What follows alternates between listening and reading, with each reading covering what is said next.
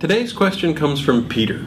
Peter asks, using geodetection techniques as against Google, I am offering the useful information, price, to the users based on the geolocation. Will Google consider this as spam? That is, showing X content to search engines and Y content to users.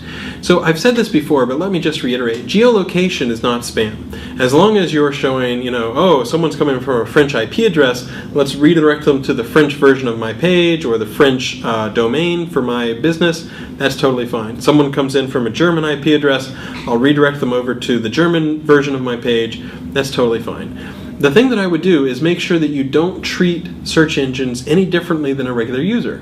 So if Googlebot comes in, you check the IP address, imagine we're coming from the United States, just redirect Googlebot to the United States version of your page or the .com, whatever it is that you would serve to regular United States users.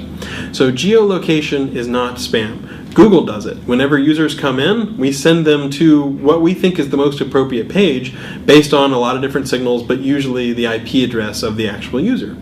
So the last part of the question was showing X content to search engines and Y content to users. So that is cloaking. That's showing different content to Google than to users, and that is something that I would be very careful about.